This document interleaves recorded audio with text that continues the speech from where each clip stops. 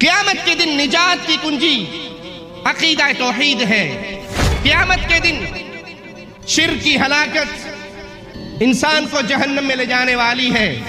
کہنے دیجئے آج کے دور کا مشرک، آج کے دور کا قبر پرست، آج کے دور کا امام پرست بدعقیدگی میں، غلاظتوں میں، کفری عقائد میں ابو جہل کو مات دے چکا ہے۔ یہ اپنے کفر کو پھیلا رہے ہیں، شرک پھیل رہا ہے، کفر پھیل رہا ہے۔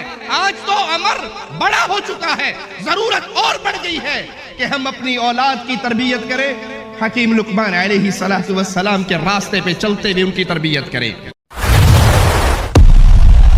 اگر آپ پہلی مرتبہ ہماری تشریف لائے ہیں تو پلیز سبسکرائب کر لیجئے۔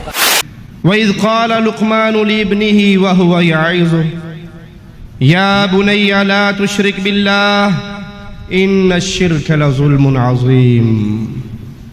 اہل ایمان اپنی اولاد کی تربیت کیا کرتے ہیں۔ اہل ایمان اپنی اولاد کی دنیاوی زندگی سے پہلے آخرت کی زندگی کی فکر کیا کرتے ہیں، کہیں میرا بیٹا جہنم کی آگ میں نہ چلا جائے، کیونکہ قیامت کے دن یہ فیصلہ ہونے والا ہے۔ اگر آپ نے اس دنیا میں رہتے ہوئے اولاد کی تربیت نہ کی، ان کو راہ حق کا راہی نہ بنایا، ہو سکتا ہے یہی گناہ آپ کی جہنم میں جانے کے لیے کافی ہو جائے۔ قیامت کے دن نجات کی کنجی عقیدہ توحید ہے۔ قیامت کے دن شرک کی ہلاکت انسان کو جہنم میں لے جانے والی ہے۔ قیامت کے دن وہ انسان ہلاک ہونے والا ہے، برباد ہونے والا ہے، جس نے لا الہ الا اللہ کو نہ سمجھا، جس نے عقیدہ توحید کو نہ سمجھا، جس نے شرک کی ہلاکتوں کو نہ سمجھا، اور وہ زندگی گزارتا رہا۔ اسے نہیں معلوم جہنم کسے نجات کی کنجی کیا ہے، اسے نہیں معلوم جنت میں داخلے کا سبب کیا ہے، تو پھر یاد کر لیجئے وہ کون سی چیز ہے جو اس کو قیامت کے دن بخشوا سکے گی۔ یہ منہج انبیاء کا منہج ہے کہ وہ اپنی اولاد کا عقیدہ توحید پہ ان کو درس دیتے ہوئے ان سے عہد لیا کرتے تھے۔ آئیے ایک نبی کا واقعہ قرآن ہمیں سناتا ہے۔ کیا تم اس وقت موجود تھے جب یعقوب علیہ السلام پر موت کی گھڑی آئی؟ موت کا وقت آیا، اپنی اولاد کو بلاتے ہیں، اپنی اولاد سے سوال کیا ہے، اپنی اولاد کی تربیت کیسے ہے؟ ان سے پوچھتے ہیں اذ قال لبنیہ ما تعبدون من بعدی، میں مر رہا ہوں، میری موت کی گھڑی ہے، میرے سینے کو ٹھنڈ پہنچاؤ یہ بتا کر کہ تم میرے مرنے کے بعد عبادت کس کی کرو گے۔ بڑے بیٹے کو یہ وصیت کرنے والوں کہ میں موت کی چارپائی پہ آ چکا ہوں، اپنے چھوٹے بھائیوں کا خیال کرنا، ان کو اعلیٰ سے اعلیٰ تعلیم دینا، گناہ نہیں ہے یہ بات، غلط نہیں ہے یہ بات، لیکن یہ دنیاوی تعلیم تو دنیا کی زندگی سنوارنے کا سبب ہے۔ آخرت سنوارنے کا سبب یہ ہے کہ آپ کے دل میں اپنی اولاد کی طرف سے یہ تسلی ہو کہ میں مر بھی جاؤں گا تو میرا بیٹا شرک نہیں کرے گا۔ کس کی پوجا کرو گے، کس کی عبادت کرو گے؟ اولاد جواب میں کہتی ہے قالوا نعبد الہک و الہ آبائک ابراہیم و اسماعیل و اسحاق الہا واحدا۔ بابا ہم تیرے رب کی پوجا کریں گے، تیرے آباء و اجداد ابراہیم علیہ السلام، اسماعیل اور اسحاق کے رب کی پوجا کریں گے، وہی سچا الہ ہے، وہی الہ برحق ہے۔ وَنَحْنُ لَهُ مُسْلِمُونَ، ہم اسی اللہ کے لیے فرما بردار رہیں گے، ہم لا الہ الا اللہ کے عقیدے پہ قائم اور دائم رہیں گے۔ یہی راستہ اولیاء کا راستہ ہے۔ حکیم لقمان علیہ السلام اپنے بیٹے کو وصیت کرتے ہیں۔ قرآن حکیم کے الفاظ پہ غور کیجئے۔ وَإِذْ قَالَ لُقْمَانُ لِابْنِهِ وَهُوَ يَعِظُهُ، ابراہیم لقمان علیہ السلام اپنے فرزند سے کہہ رہے ہیں، وعظ کر رہے ہیں، نصیحت کر رہے ہیں، اور اس سے کہتے ہیں یا بنی لا تشرک باللہ، اے میرے بیٹے اللہ کے ساتھ شرک نہ کرنا، کسی کو اللہ کی ذات و صفات و عبادت میں شریک نہ ٹھہرانا۔ کیوں؟ ان الشرک لظلم عظیم، شرک بہت بھاری ظلم ہے، شرک بہت بڑا ظلم ہے۔ یہ اولاد کا حق ہے ماں باپ پر، یہ ماں باپ پر اولاد کا حق ہے کہ وہ ان کو اس خطرناک جرم سے بچائے جو جرم ہمیشہ کی جہنم میں گرانے کا سبب بننے والا ہے۔ اے کلمہ پڑھنے والوں، لا الہ الا اللہ کا اقرار کرنے والوں، یہی ذمہ داری آج ہماری اور آپ کی ہے۔ ہم اپنی اولاد کے بارے میں فکر کریں، میرا بیٹا مسلمان ہے یا نہیں، میرا بیٹا لا الہ الا اللہ کے عقیدے کو سمجھتا ہے یا نہیں، میں نے اپنے بچے کی تربیت عقیدہ توحید پہ کی ہے یا نہیں۔ اور آج یہ ذمہ داری اور بڑھ چکی ہے۔ وجہ کیا ہے؟ آج کے دور کے مشرک کا عقیدہ۔ رب کے گھر میں کھڑا ہوں، رب سے ڈر کر ایک بات کہنے لگا ہوں۔ آج کے دور کے مشرک کا عقیدہ کفار مکہ کے کفری عقیدوں سے، مشرکانہ عقیدوں سے، یہود و نصارہ کے پلیت عقیدوں سے زیادہ پلیت ہے۔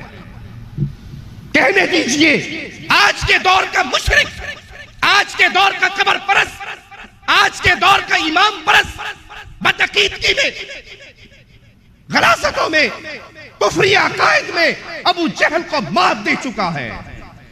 آپ کو حق ہے اس فقیر سے دلیل کا سوال کریں، آپ کو حق ہے مجھ سے پوچھیں وہ کیسے آج کے دور کا مشرک کفار مکہ کے شرک سے آگے بڑھ چکا ہے۔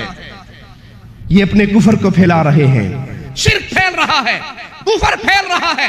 آج تو امر بڑا ہو چکا ہے، ضرورت اور بڑھ گئی ہے کہ ہم اپنی اولاد کی تربیت کریں، حکیم لقمان علیہ السلام کے راستے پہ چلتے ہوئے ان کی تربیت کریں۔ کفار مکہ کیا کہا کرتے تھے؟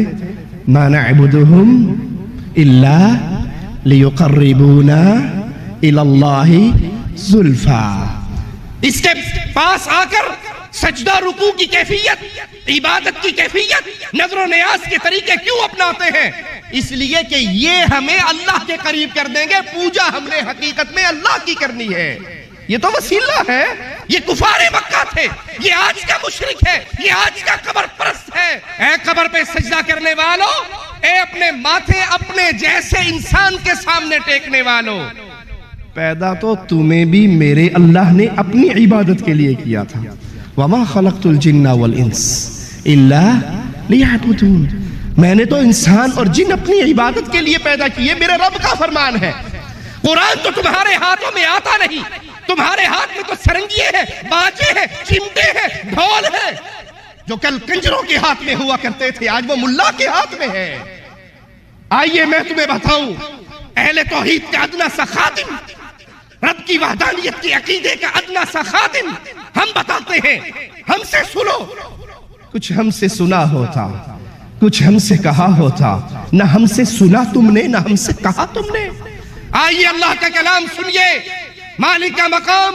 مالک فرماتا ہے، سورہ طٰہٰ ہے، آیت نمبر 5 ہے، الرحمن علی العرش استویٰ، رحمان اپنے عرش پہ ہے۔ میرے رب کو بے مقام اور لا مکان کہنے والوں، رحمان اپنے عرش پہ قائم ہے۔